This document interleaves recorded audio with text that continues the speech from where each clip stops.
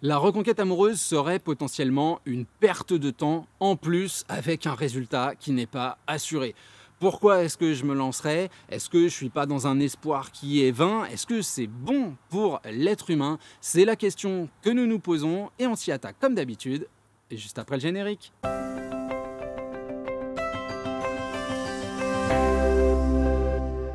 Premier argument pour souligner le manque de pertinence de la reconquête amoureuse, l'idée de perdre son temps ou le fait que l'espoir soit vain sont des exemples criants de l'idéologie contemporaine. On veut fournir le moins d'efforts possible, avoir les résultats les plus concrets, les plus forts, les plus parlants, et ce, dans le moins de temps possible. On le comprend, c'est la fameuse rationalisation de notre temps. Et si ce temps, justement, est effectivement la ressource la plus précieuse de l'être humain, la question de son utilisation paraît importante puisqu'elle va définir en grande partie qui nous sommes et comment nous nous adaptons à notre environnement. Donc la question du jour, elle est simple, est-ce que je perds mon temps dans ce processus de reconquête amoureuse? Pour y répondre, deux parties distinctes et nous nous lançons immédiatement dans la première, qui est la mise en lumière de cette tendance très présente à l'hyper-exigence dans notre société. Alors attention, non, bien évidemment, je ne suis pas en train de dire que vous faites un caprice en espérant raccourcir les délais, en espérant retrouver la personne que vous aimez.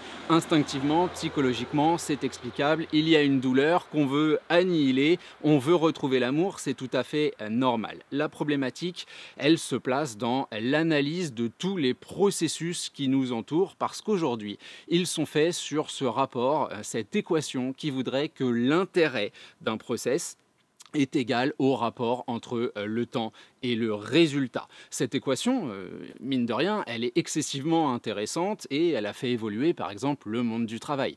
C'est vrai qu'aujourd'hui, une auto-entreprise peut naître d'une idée, quelques minutes, quelques heures, quelques jours de conception d'un business plan qu'on va lancer sur les réseaux sociaux, qu'on va lancer dans le monde qui nous entoure pour aller chercher nos prospects et assez rapidement, on peut commencer effectivement, si l'idée est novatrice, à générer quelque chose et à nous lancer dans un bouleversement total de notre vie. On le voit avec cet exemple qui n'est pas celui que je préfère, mais qu'il faut quand même reconnaître à ce juste valeur, des influenceurs qui commencent leur plan, j'ai envie de dire, leur ascension à coups de vidéos qui parfois font à peine 30 secondes. Et on les voit aujourd'hui déménager à Dubaï. Donc il y a eu cette idée qui a percé, ce fonctionnement qui était présent, des efforts qui sont minimes vis-à-vis de de gens, entre guillemets, j'allais dire normaux, pardon, c'est un jugement de valeur, mais qui vont se lever le matin, travailler toute la journée, revenir exténuer le soir au travail. On voit cette mutation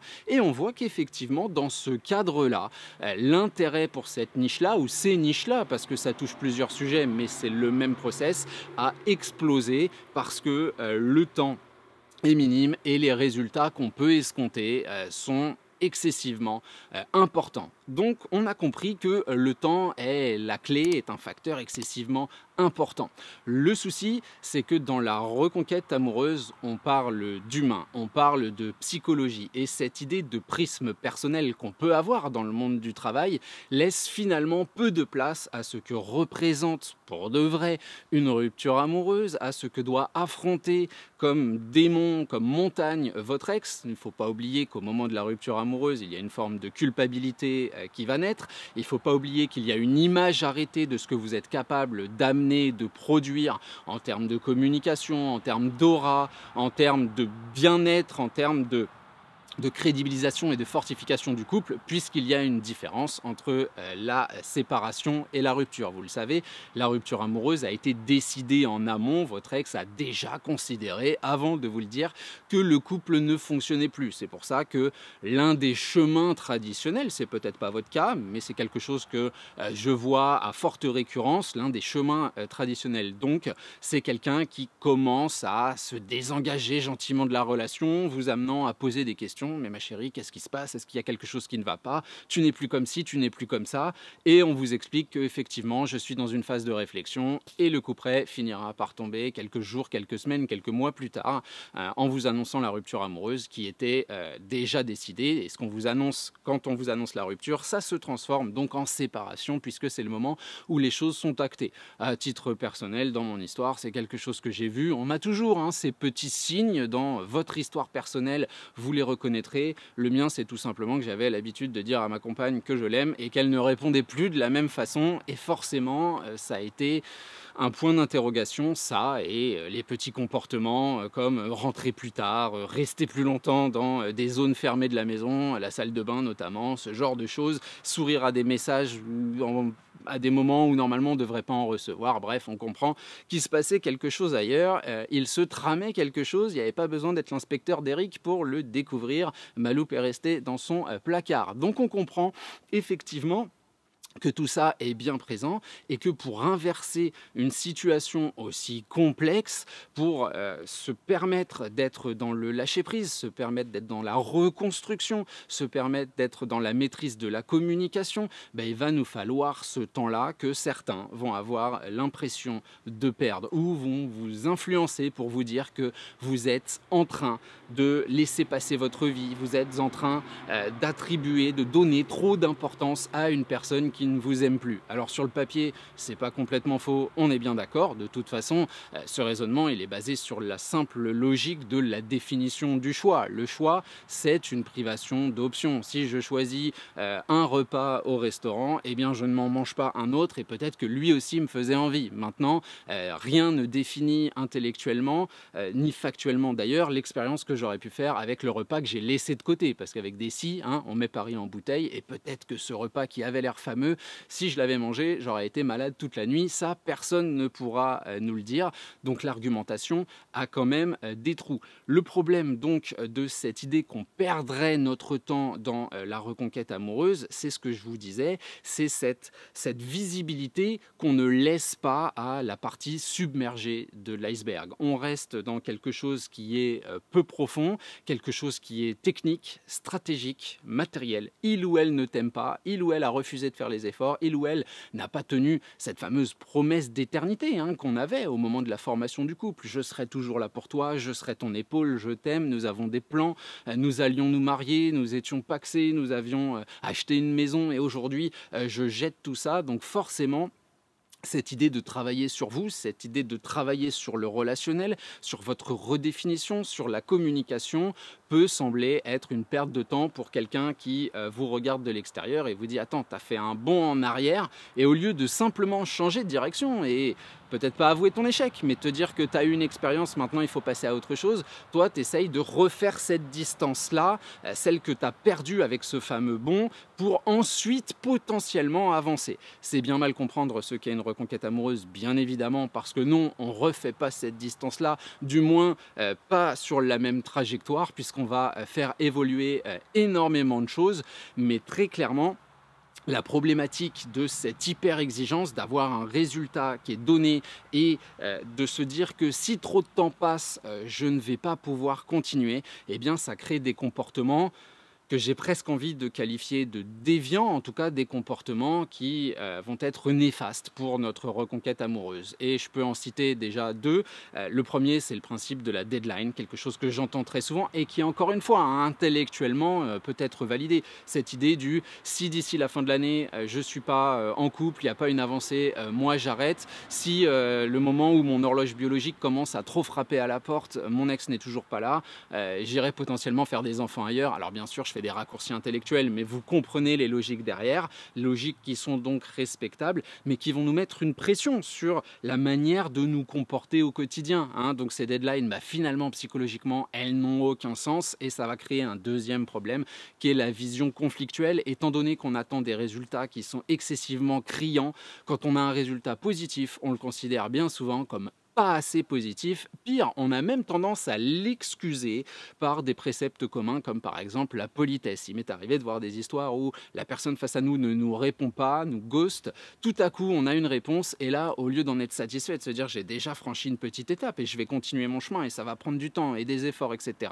On se dit juste ouais, enfin là, ce coup-là, bah écoute, il ou elle a voulu être poli, c'est pour sa propre image. Et on voit cette espèce de diabolisation du rapport qui finalement est un peu lié au temps parce qu'au moment où on reçoit notre réponse, bah, nous on aurait aimé être beaucoup plus loin, hein, on aurait pratiquement aimé se diriger vers l'autel avec la marche nuptiale qui joue en fond. Donc on le comprend, cette pression du temps, qui est la pression de notre mortalité, hein, qu'on affronte absolument tous dans notre quotidien, qu'on relativise dans un monde comme le monde du travail, parce que là, cette idée de sang, de larmes et de sueur peut être accepté, même si, comme je le disais en début de vidéo, c'est quelque chose qu'on essaye de raccourcir et on a tous l'appât du gain immédiat. Il y a quand même historiquement cette logique du on ira tous au paradis et les protestants rajoutera surtout si tu bosses beaucoup. Donc on comprend cette logique-là. Maintenant, je me permets de passer à notre deuxième partie, qui est la vraie question à se poser, c'est quid du voyage, hein, très clairement. Oui, la rupture amoureuse fait mal. Et cette idée, cette capacité et intellectuelle et psychologique de se dire que c'est en train de créer un changement dans ma vie qui est une opportunité n'est pas donnée à tout le monde parce qu'il faut accepter de casser les jugements extérieurs, il faut accepter que non, l'ego n'est pas le seul moteur de mon quotidien et que oui, j'ai énormément de choses à apprendre. Et je vous disais, cette pression du temps, elle est d'ailleurs tellement présente qu'en France, elle a même été légiférée. C'est pour vous dire hein, que c'est quelque chose qu'on vit à travers le droit des contrats. Quelque chose que j'ai fait à la fac, je vais vous en parler très rapidement parce que c'est pas excessivement intéressant, mais je trouve l'exemple excessivement parlant malgré tout dans le principe de la reconquête amoureuse. Vis-à-vis d'un professionnel, un professionnel qui propose un contrat, il y a deux types d'obligations et c'est soit l'une soit l'autre, c'est soit l'obligation de résultat, soit l'obligation de moyens. Un professionnel qui a une obligation de résultat, c'est quelqu'un qui doit vous apporter le service pour lequel on vous a payé. L'exemple, je sais pas, vous allez au restaurant, il faut que vous ayez un repas, vous allez faire du karting, il faut que vous ayez un karting avec un casque, avec la piste libre et avec tout l'équipement dont vous avez besoin et qui représente la somme d'argent que vous avez payé. Et si on vous file une voiture tamponneuse alors que vous allez faire un karting, là on pourra, je simplifie, attaquer en justice puisque l'obligation de résultat n'est pas présente. Et vous avez l'autre obligation qui est beaucoup plus difficile à accepter et vous l'imaginez bien, la reconquête amoureuse découle directement de ce genre de processus qui est l'obligation de moyens. Et ça, c'est quelque chose qu'on va retrouver chez un médecin, chez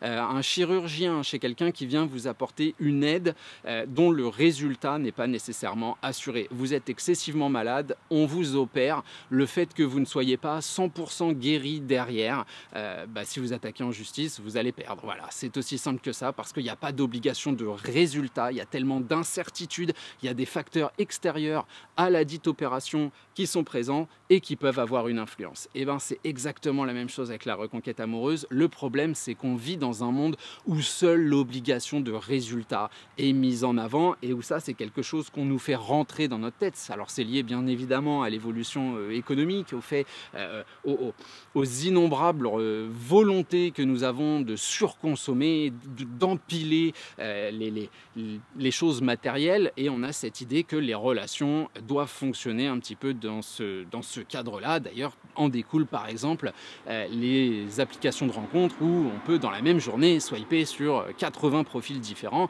et avec un peu de chance avoir plein de réponses et se dire qu'on va remplir sa semaine de rendez-vous. La question, c'est l'intensité de ces rendez-vous-là. C'est est-ce qu'on est dans une forme d'entretien d'embauche où en 10 minutes tu es déjà jugé ou est-ce qu'avec ces 10-15 personnes que je vais voir cette semaine, est-ce que je vais nouer quelque chose de solide, quelque chose qui va me nourrir, quelque chose qui va m'apporter, quelque chose qui va me modifier, quelque chose qui va me faire grandir intellectuellement, psychologiquement, etc. etc.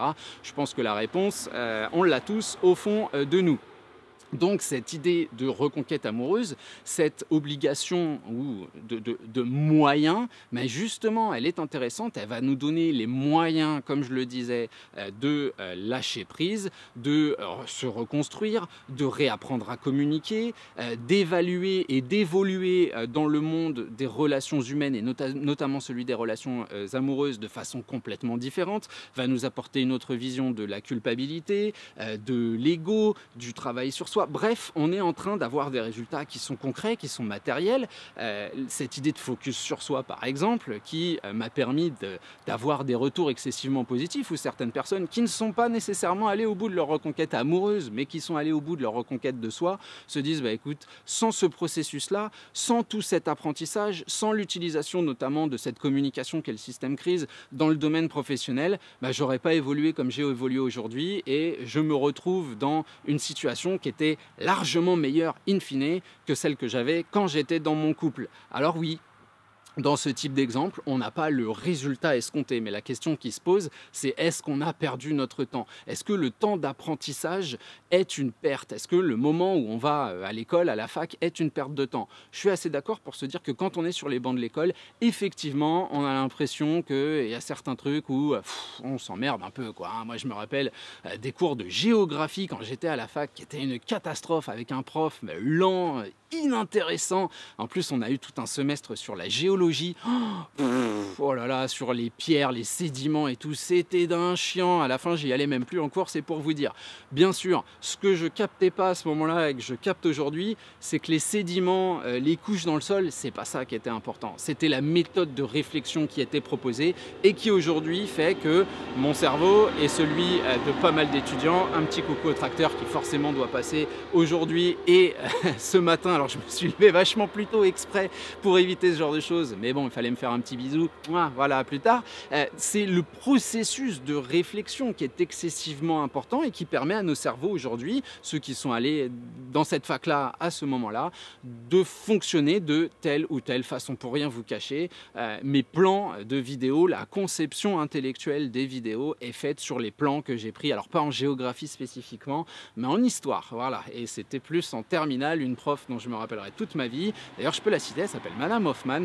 Si vous existez encore et que vous êtes amené à voir cette vidéo, un grand merci parce qu'elle a vraiment façonné mon cerveau à grands coups de choses à travers lesquelles j'avais l'impression de perdre mon temps. J'adore l'histoire, mais il y a certains cours, en plus c'était histoire géo, et ouais, l'histoire des États-Unis qui n'est pas un pays que j'apprécie. Ce trimestre-là, je m'étais bien fait chier également. Mais l'idée est là. L'idée n'est pas uniquement dans le résultat. Effectivement, ouais, je peux placer, je sais pas moi, les États des États-Unis sur la carte. Ça me fait une belle jambe aujourd'hui, surtout quand j'habite en Suède, voilà.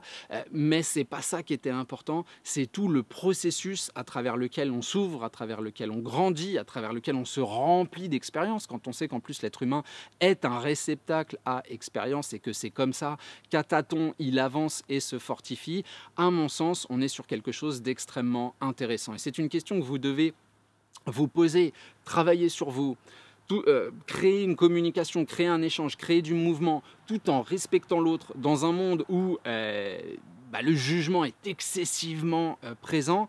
Est-ce que ça, c'est une perte de temps? Bien évidemment, c'est à vous de définir cette idée, c'est à vous de l'estimer. Moi, de mon côté, j'ai vraiment l'impression qu'on fait un voyage qui est excessivement intéressant, sans doute peut-être plus que la destination d'ailleurs. Voilà pour le contenu du jour. Comme d'habitude, vous savez comment ça fonctionne. Le like est excessivement apprécié. Ça fait énormément de bien au référencement. Ça permet à YouTube de nous mettre un petit peu plus haut et d'être trouvé par plus de personnes et d'aider plus de gens. C'est la même chose avec l'abonnement. C'est la même chose avec le fait de cliquer sur la petite cloche. Et si vous souhaitez obtenir plus de réflexion, travailler plus en avant sur votre reconquête amoureuse, vous avez des vidéos qui s'affichent à la fin. Vous pouvez cliquer sur la vidéo précédente ou une vidéo qui sera en lien vis-à-vis de la thématique présente, et vous pouvez également rejoindre les VIP où vous aurez la possibilité d'influencer la programmation en me contactant directement. Vous avez une vidéo reconquête amoureuse par jour,